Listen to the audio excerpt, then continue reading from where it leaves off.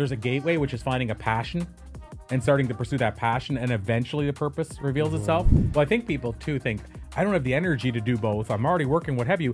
The irony is that if you go do that thing you're passionate about, it'll give you more energy. It fuels the other thing. Yeah. And so you have spoken to, I think, 7,500 of, these really amazing, successful people.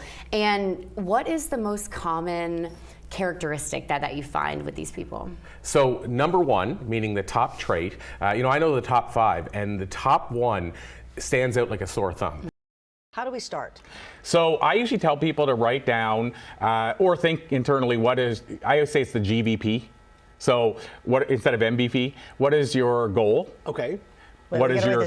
Write this down, everybody. Write this down. Yes, write this down. GVP. And so a lot of people would say they can't find their passion, so how are they going to figure out what they like doing? So what I get people to do is start writing down a list. So pen and paper I like, but you can do it whatever way you want. But write down a list and basically start putting these things down. So answer these questions of, what would you do if you retired? And we are with the biggest name people. I've met this amazing gentleman.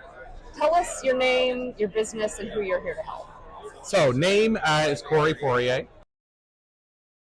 Wow, so I've been asked that maybe 3 times after asking people thousands, and I often think, I'm surprised people don't ask me this more often. So now I'm jaded, I have to say, because I know what most people would answer, and it probably skewed my answer. So what most people answer. Yeah. People kept saying that, oh, so you're that speaker guy, over and over again. Yeah. And finally I clued in and said, maybe there's a branding thing here. That's smart. That's super smart. But that's how that speaker guy started. But as far as how I got into speaking. Yeah, how did you get into speaking? Ironically, I started years ago performing stand-up comedy. Mine is related to both, but I'd say it more leans towards the business side of my life. And so mine is to be the guy who motivates, donates, inspires, educates, and entertains. And so if you think about that, the donating can be on my personal side, giving back. Inspiring can be to my children. So it can be personal, it can be corporate. But it wasn't always that way.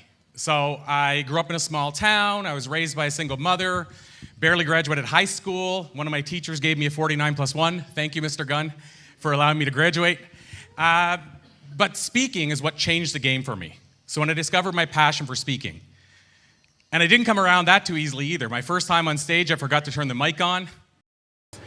Yeah, so there's 2 answers to that. There's one, they hit rock bottom and say, I need to make a change. I hate to say it, but that's the easier one, because once they're there, it's like, just show me what are the answers. I would say the better scenario is to realize something's missing in your life and do it as we like to call a side hustle. And so what I try to do with this book is have it become spirituality for the rest of us. So how do we reach the truck driver who's like, that's all witchcraft? How do we reach that person? And so I'm hoping this book eases that in for people, but it's within a story. And also by Robert being a skeptic, the person reading it goes, yeah, I am too. And then hopefully they start to see some of these things in a way, like you said, that's not forceful teaching.